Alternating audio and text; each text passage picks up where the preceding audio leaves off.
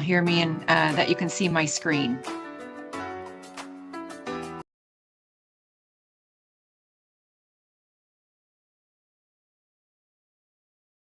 Perfect. And you can see my screen and everything. So I've got 3 more people maybe coming. So I'll just watch and let them in whenever they arrive. So my name is Tanya Meadows. I work within the district and I am the instructional technology coordinator. So I work kind of behind the scenes a bit, but I do come out and do some training with you guys. And I work on the ClassLink side of things. So whenever we put apps and things in ClassLink, then I'm the one that's trying to get them into the right places and all that kind of stuff. So today I wanted to do just a quick 30 minutes on GoGuardian. There's a lot of great features in there. And I just want to make sure you guys are aware. We've had it for a while. And then if you guys have questions too, right now it's just the 3 of us. So you're welcome to unmute yourself if you want. But I'm going to go ahead and get out of this screen. And I'm recording, by the way, if that's okay. I want to be able to share this with people that didn't get to join. So let me go ahead and go into GoGuardian. So GoGuardian should be on your ClassLink.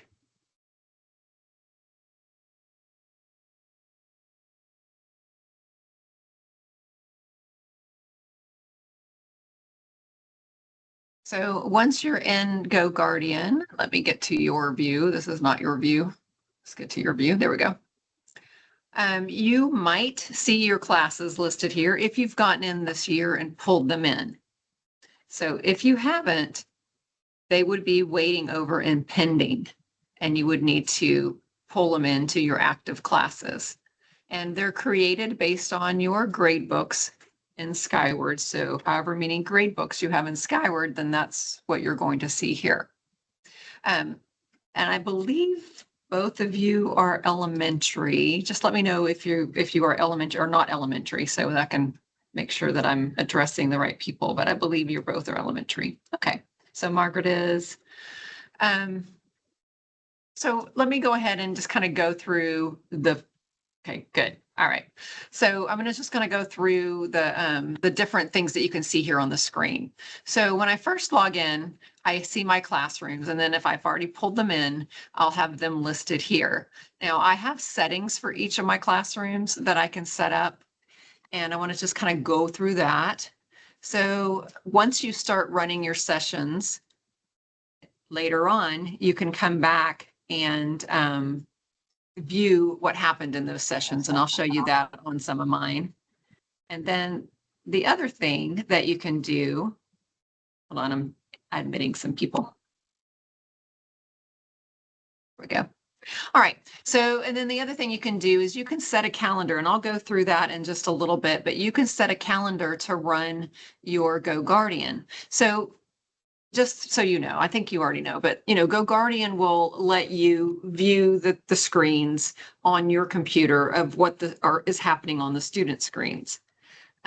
When you run the GoGuardian scene, then you can go back later and see not the scene, but the class. You can go back later and see what happened. So after the class is over, or somebody mentions that somebody did something, you can always go back and see what was happening on the screens. So it's a good thing to use just to even go back, even if you're not using it actively, if you just let it run.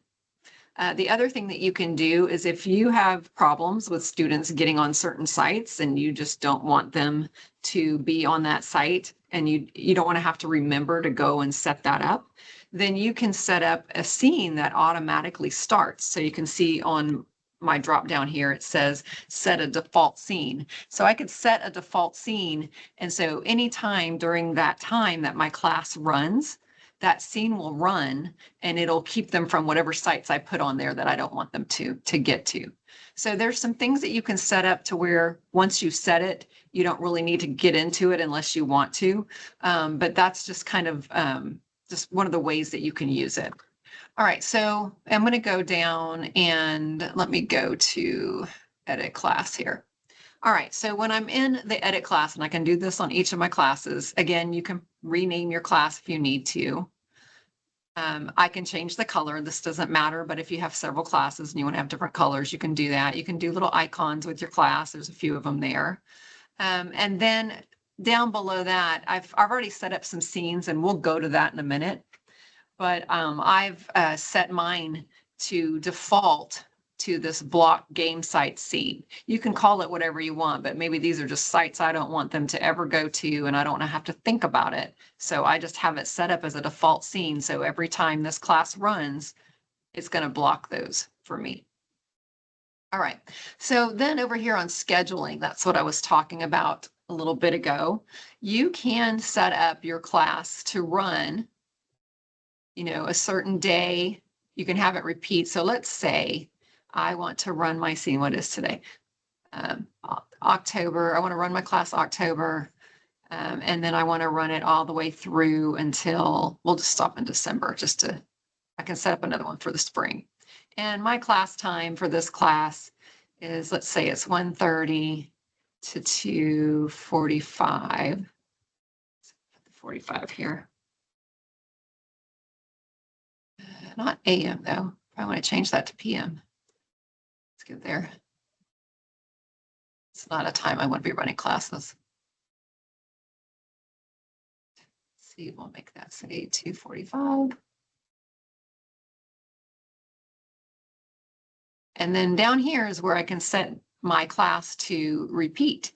So I can say custom. I can do Monday through Friday. That would work. Or I could go and do custom and just select the days. So we'll do Monday through Friday. So now I have my schedule set up to where Monday through Friday at this time, this class, my Burnett First Teachers class, is going to run. And whenever it starts up, it's going to have that scene already running. All right, so in this, I'm still in just the edit class. So these are past sessions. So we'll look at those in a little bit. So this is things that have run. I can look and see all my students listed here. And that comes in from Skyward. If I've done any recordings, I don't have any recordings. And then who's the teacher? That's me. I can add a co-teacher. If I go to teachers under my settings, if I have someone that helps me in my class, I can add them as well. And so they can also view my class. And then where we just were a little bit ago, settings, where I could set the color, the scheduling, and then reporting, which this will, every time your session ends, it will send you an email. So for me, I don't do it very often. It's no big deal. I get an email whenever I'm doing training because I've run a session and then I ended it. If you have several sessions going every day, you might not want to have an email for every class period saying that you've run your GoGuardian. So you might want to turn that off. All right, especially if you've got it scheduled. Okay, so I'm going to go back over here. So that's mainly getting into the settings. What I just did there was just kind of show you all the settings of each of your classes. Across the top, you can see if I have any active classes. We already did that. Pending would be things that you haven't pulled in from Skyward, and you might not want to pull them all in. If you're a elementary teacher and you have the same kids in all of your classes, you might just pull one of those classes in. That way, the other ones you don't have to deal with. And then if you have any archived, so you've had classes in the past, you might have some archived classes there. You can still see those. You can still run reports on those. Across the top, you've got a couple of links. Check if a website is blocked. You can click on that, put in a website and see if it's going to be blocked for students. Import Google Classroom we don't use, but that link is there. There's a new feature, which I don't know. I can't think of when I would want to do that. I think maybe it would be if I am in a secondary class and maybe they've scheduled me multiple kids in one class, but in different sections. I can now merge classrooms. So when I click on that, I just select the ones I want to merge together and hit next and go through that process. So you can merge classes. Again, I think that would be helpful for teachers that have multiple sections in one class. And I've seen that happen. And then you can create your own classroom. You can add a classroom and then add certain students to it if that's something you want to do. Since we have it set up with Skyward, it might not be something that you want to do.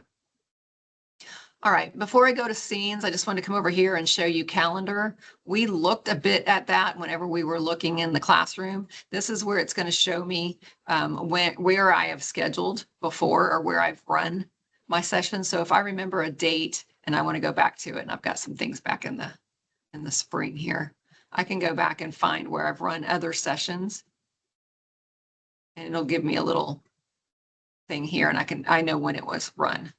So that's the calendar. You can also you can do your scheduling here as well. One thing that GoGuardian does that I think is pretty nice is in a lot of your screens where you're needing to do something, they'll have a little tutorial or a little link to go learn about it. So if I don't cover what you need to know about it, you can always go to the tutorial when you get to that screen and it'll show you. All right, so we're going to go to scenes. This is where we're going to spend a great amount of time here. Again, they have this little tutorial about scenes, so you could watch that tutorial that tells you what it is. So what scenes are is your way as a teacher to be able to control where your kids are going. So it's just the initial control. You can still watch them once you get it going, but I have two different types of scene types. I have a scene where it's allowed websites. So think of that one as being you are only giving them certain websites that they can go to, and that's it. So the allowed websites, even though allowed sounds like more open, allowed websites means you're locking it down more. You're only giving them certain sites that they can get to. And so I'll go through setting up one of those. The other one is blocked websites. So when you set up a scene for blocked websites, that is like one that I have for my initial scene where I'm not blocking them to go certain place. I mean, anywhere. I'm just blocking them from certain sites. So the one that I have set up is blocked game sites. So I just put in sites I want to be blocked. And so the other one is I'm putting in sites that I want to be allowed. You have to be careful with the allowed one because you want to make sure they can get to that site. And then you want to make sure that if there's any helping sites with that site that you have allowed those too. Now there are some lists that are already created for you whenever you're creating these different lists. So we're going to start with a scene for allowed websites. So I'm going to create the scene and I'm going to say, we'll just do Canvas. It's one I already have, but it'll just kind of show you how it works. So we're going to allow Canvas on this one. I'll call it allow Canvas. I can again change my color just like I did on my class. So I'll make that one purple. And then I'm going to hit next. All right, on this screen, I can start searching for what I want to allow, or I can actually go up here to this quick lists. And the quick lists are lists of allowed or blocked sites, or sites basically, that you can choose from that will give you everything that you need. So across up at the top, you've got different ones for different things that we use in the district. So these were created at the district level. So here is one for only Canvas. So I could use that one. And it's best for if they're going in to do a quiz in Canvas, it's going to keep them in Canvas. We've got one for only IXL. So if you run IXL in your class, you can use that one. I think there's a couple of campuses that have Nearpod. So we've got one that will only allow them in Nearpod. And then Eduphoria testing, there's one for that as well. So when you create your list, you can actually find one of these that's already got all the links in there for you. And I'll show you on this Canvas one. So we know that they'll need to get into ClassLink through Google. So we need to make sure we allow that. We don't want that to be a roadblock. It doesn't get them into Google. It only allows that one accounts.google, so they can't get into Google. ClassLink, they'll need to go to ClassLink to get to Canvas. So we've got that as allowed. And then these are, and there's a few more ClassLink ones that kind of go along with that. And then the galvestonisd.instructure.com, that is the one for Canvas. All right, so if that's the one I want, I'm just going to check that and say add to scene. So it has added those 6 websites. I can view them and see that those are going to be allowed. So that's all I need to do for my allow Canvas. So I'm going to hit save. And now I can see allow canvas was just added. That's the purple one I just added. And I can always go back and edit. I can share if I have, and when I share, I just send it as an email to other teachers. So I can add some teacher partners if I have other teachers that might want it. I can do that and then hit confirm and it'll send. I can also make a copy of it. And maybe I'm going to do a little bit different. Maybe I need to allow Canvas and also allow something else. So I want to just start with that one and then add on to other things I want to allow. I can rename it. I can edit it. I can delete it. So that's my scene. All right. So I've created a scene and then I want to see how it works with my class. So I'm going to come over here to my classrooms. Right now, I can see none of my classes are running because if it was running, it would have a different, it wouldn't say start class on there and it would tell me that I had one running way up here at the top. So I'm going to start this class. That's the one I've been using.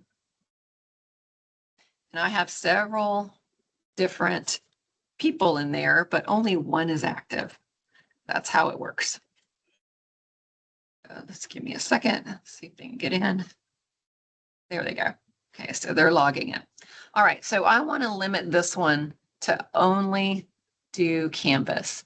So I'm going to come over here at the top, kind of over on the right. And remember my blocked game sites, I have that set as my default. So I'm going to change that now.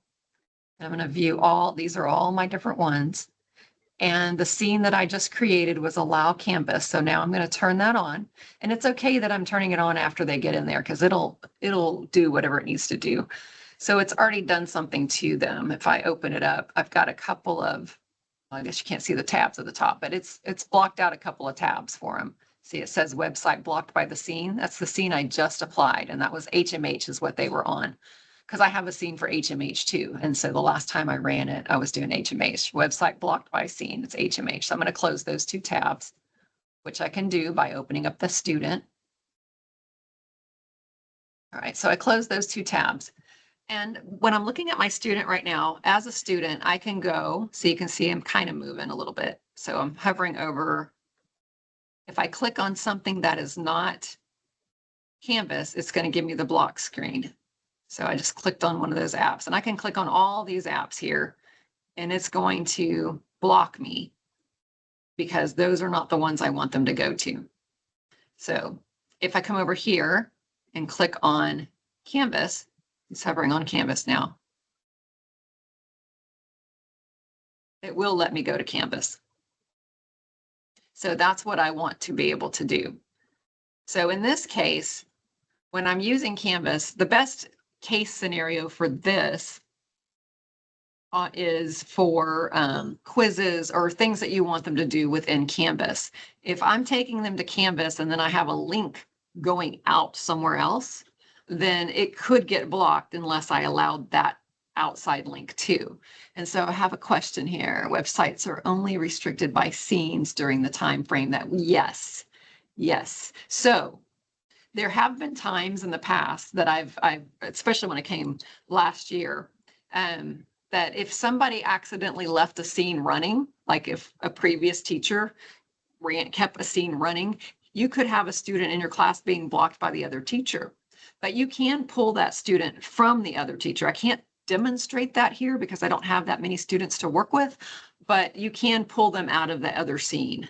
But yes, if you set it for your time, and as long as you always have those students at that time, then when that time comes, then it'll do it based on the scene and it'll do it during that time. Once that time ends, then the scene stops and then they're not blocked anymore. But the good thing is if you do accidentally run it at a time you're not supposed to, or if you've got someone that's being blocked by somebody else, you can pull your students from each other, which was something they didn't have initially, and that was a little confusing. All right, so anyway, so this student is doing what I need them to do. I can do a few things. So imagine like all these blocks. Let me close this for a second. So all these blocks are all your different students. So at any time here at the bottom, you can see all their little tabs opened up. And if you see someone in a tab, of course, your scenes should block them if you set a scene up, but maybe you don't have a scene that's blocking everything. And you see them in a tab you don't want them to be in, you can hover over it and close that tab. I'll close this one just to show you what it does. And so when I close that tab, it's closing it. So when I close that tab, it goes back to wherever I want them to be.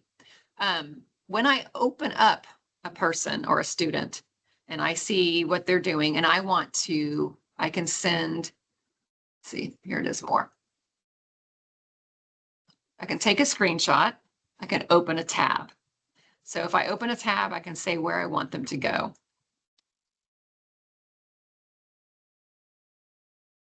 See, Austin ISD.instruction.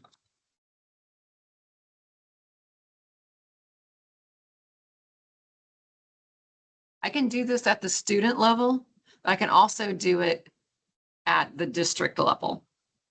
I mean, not the district, I'm sorry, at the class level. So I could open a tab for everybody in the class at the same time. But I just did that on the student there. And then I can close tabs. I can lock their device. So if I lock the screen, it just goes to a locked screen. And then if I'm ready to unlock it, I can unlock it. I can do that at the student level. I can do it at the class level. So I can do it at both.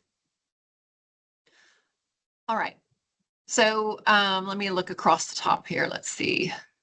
Here is where you do it at the class level. Just so you, on the blue bar, you can open a tab. When you do that, you can do the whole class, which I only have one that's on right now, but it would select everybody. Or I could select individuals that I need to open the tab on. So it's very customizable as what you need to do. Lock or unlock devices is the same thing. These are all my active students, but you might have more. I can just lock certain ones, or I can just lock everybody to have them look up front. And I can say eyes up front if I need to. And then when I'm ready, I can unlock those devices. And then apply a scene. Now up here at the top is where I can apply a scene, but I can also, if I want to apply a different scene to another student, let's say all my kids, I just need to have them in the blocked games because they're doing some other things, but then I need to test another student. I can apply a scene. Again, I select just the student I want to apply the scene to, and then I choose the scene that I want to apply. And let's just say I need them to take a test in Canvas. So then that scene is only applied to that student. The other students are still getting the blocked game scene. So now it divides my group up. I have this one doing the test. I have this one doing the blocked games. All right. And then if I have it on a schedule, it'll end itself. Otherwise, I can just end it whenever I'm ready to end my scene. I mean, my whole class, if I'm ready to end, I can just end. A couple of things I wanted to tell you. One thing that I hear many times is the students' screens aren't showing up. They might look like this or show that they're not connected. Sometimes what it is it's a little extension that gets pushed out to all the students. So maybe the extension didn't get pushed out all the way. Maybe they know a shortcut to block those extensions or something. So what you do is you tell the student, if they're not showing up on your screen, you have them completely reboot their device. If you can, stand by them, watch them reboot it, watch it go all the way up so that you can see they're not holding down keys or anything to, try to keep it from doing what it needs to do. And that should get you back up. So a lot of times this is what you see. You see the student offline and then just have them reboot if you can't get them on. Another reason you might see student offline is if they don't have a browser window up. They have to have a browser window open for you to see them because it's looking at Chrome. It's a Chrome extension. So just having the desktop of the Chromebook up with no window open, you won't be able to view them. So you have to tell them you need to open up a browser window so that you can see what's on their screen. Those two things can pretty much get them all where they need to be for you so that you can see all your students. All right, so I'm going to go over here to look at some past scenes. So we're going to stop this one. So we're going to end this session. And I'm going to go to my classes. And so let's say that I think something happened during this, the last time I did a session with these kids. So I'm going to go to view my sessions, and it was a couple sessions ago. It's on this one right here. So I'm going to view this session. When I view my sessions, again, I only have one student, but just imagine I have like rows and rows and rows of all my students listed here. I can scroll through the scene. There we go. And see what was happening. I didn't do a lot with this one, so let's see if I can find something here. There we go. All right, so I can see what's going on here. Anytime they switch a screen, it tells me what they're doing.